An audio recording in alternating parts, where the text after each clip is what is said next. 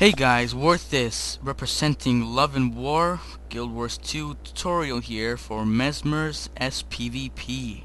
So what we're going to be looking at are traits, runes, sigils, amulet, and our rotation. So let's get a look at the traits. As you can see, it's a pretty stable build here. We got at least 10 in everything here. For domination, we're going to go 10 and we're going to go 3. Because we want our illusions to inflict damage, 15% more damage. This is a damage build and a little bit of survivability. Sorry, we're gonna put 20 into dueling, 2 for phantasms have fury, and create a clone at your current position when you dodge. We want to be able to get in there, confuse people, get our kill, and get out. For chaos, we're gonna go 15. 3% reduced damage for each illusion. We're gonna have a lot of illusions out here in this with this build, and you know we could use the survivability because mesmers can tend to be squishy if we're not using them right. So this helps us out live longer. We got 15 in inspiration, and it's just move faster for each active illusion. As I said, we want to get in there, confuse people, move fast, kill, and get out. Illusions, we're gonna go 10, 3% more damage for every active illusion. Alright, so we got the traits down. Now we're gonna take a look at the runes we got. For the runes, I just went Superior Rune of Divinity. What it does, it adds 10 to all stats and 2% crit damage, and we could take all the crit damage and all the stats we can get. This build is just mainly looking at damage, and that's probably the best one, including the crit damage that we could use. Weapons, we're gonna go great sword, single-handed sword, and a pistol.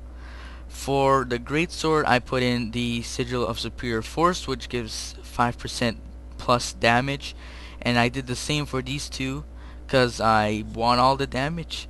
For amulets, I went berserker's amulet with a berserker's jewel, and that gives us our main stats: power, precision, and crit damage. But it also gives us a little bit of vitality, which helps us survive a little longer.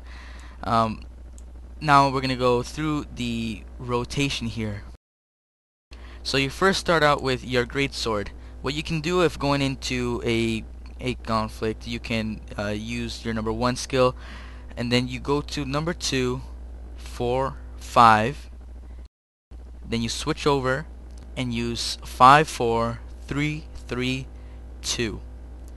Now let's say you're on cooldown and you're getting hit pretty hard. So what I did here is I put decoy and blink.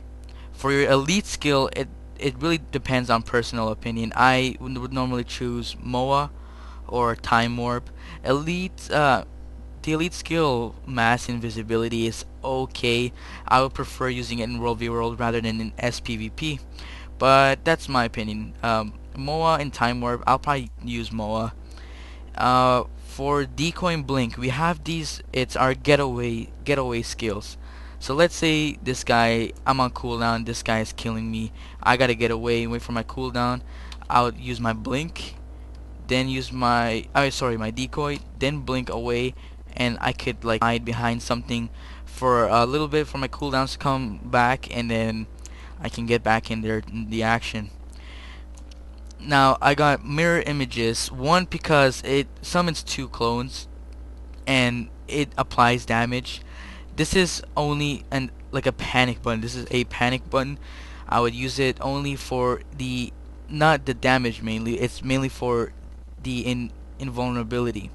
So what happens is, if I was at pretty low HP, I would dodge, or I would have all these illusions up, get my mirror images, and let's say I had 3 illusions up, or even 2, and pop my F4 skill. Then I shatter those, and I have invulnerability for 3 seconds, and that's always helpful if you're waiting for maybe your either feast heal skill to be refreshed. Alright, so I'm going to show you the rotation here. It's pretty simple. It takes a little bit to practice, but after you got it, you're going to be doing wonderful in SPVP. So we're going to start out with number 2. then you're gonna hit number 4, number 5, switch your weapon, 5, your 4, 3, 3, and then 2. By that time, you see all these cooldowns. If you're still in trouble, you can maybe run around a little bit, switch back. Using your number 3 skill, if you have time, is always useful, because as you see, it does a lot of damage. Right now I have one illusion up. If I was in trouble and had low HP, I would mirror image, then F4 for the invulnerability. If that didn't work, then I would go invisible, then use my blink, then hide. Another technique is using invisibility, going somewhere, making sure they won't block or roll, and using your elite MOA skill, which leaves them technically vulnerable. They can still run away, but I mean, if you can daze them or something, you'll be okay. So I hope you enjoyed the tutorial.